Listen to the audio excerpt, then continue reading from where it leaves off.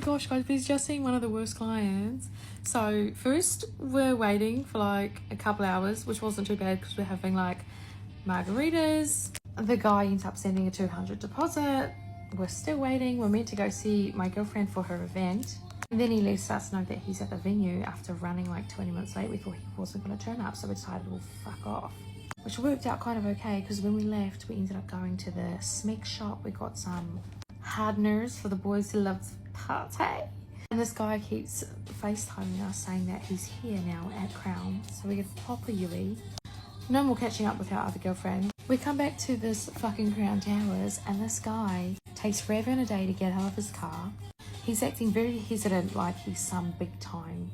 And he's got a lot of products in his vehicle, because he's like searching around his shit like, mate, the valet ain't gonna mug ya.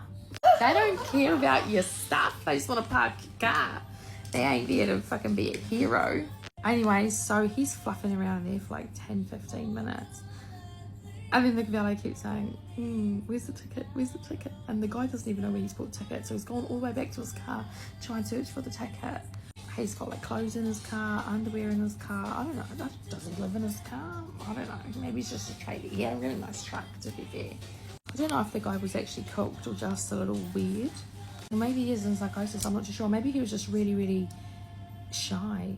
When he was here, he kept saying, this is too good to be true. This is too good to be true. It's because it is, baby.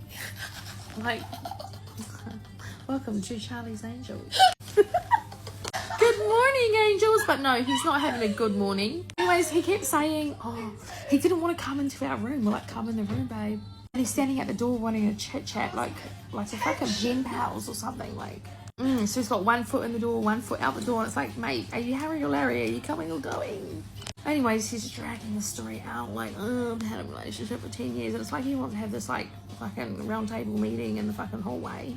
And then we start getting him in the door, so he's starting to get a little bit more comfortable, because I'm like, bro, I'm from the country too. Like, we're not gonna like have unwilling smecks with you. We're not gonna take you for a ride. Like, there's no guys hiding in our venue. So my girlfriend starts showing him around this apartment.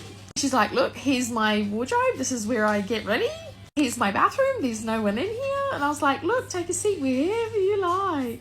He's sitting on his phone. He's transferred $150 to me, which is if not the rate. It was $1,000 he was meant to transfer. I said, babe, it's $1,000 an hour, right? And he already knows 1,000 pineapples an hour. He transfers me the $150, and he looks at me like, we're good, like, oh, because we can just go for a drink for an hour. And I'm thinking like, what the fuck? Like, that's like a 10-minute video chat, my bro. But anyways, he thinks he's doing me a favor, perhaps. And then he says, you gotta trust me, and I gotta trust you.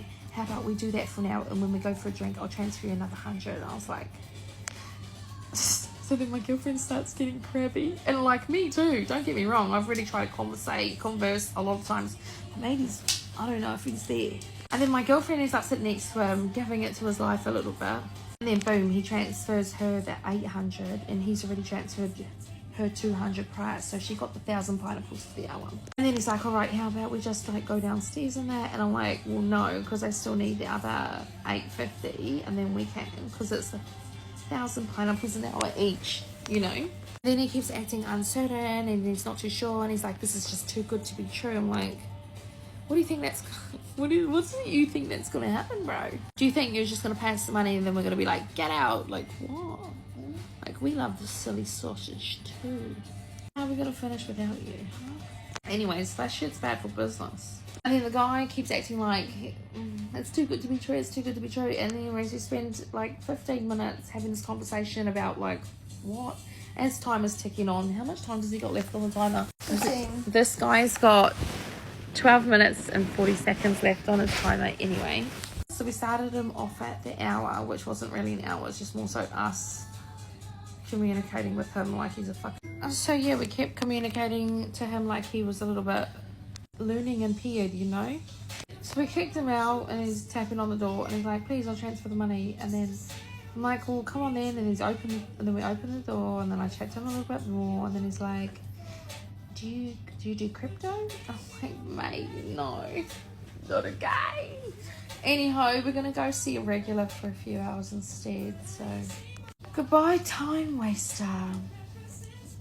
See you never. See you. And then he sends my girlfriend messages and texts like, I knew it was too good to be true.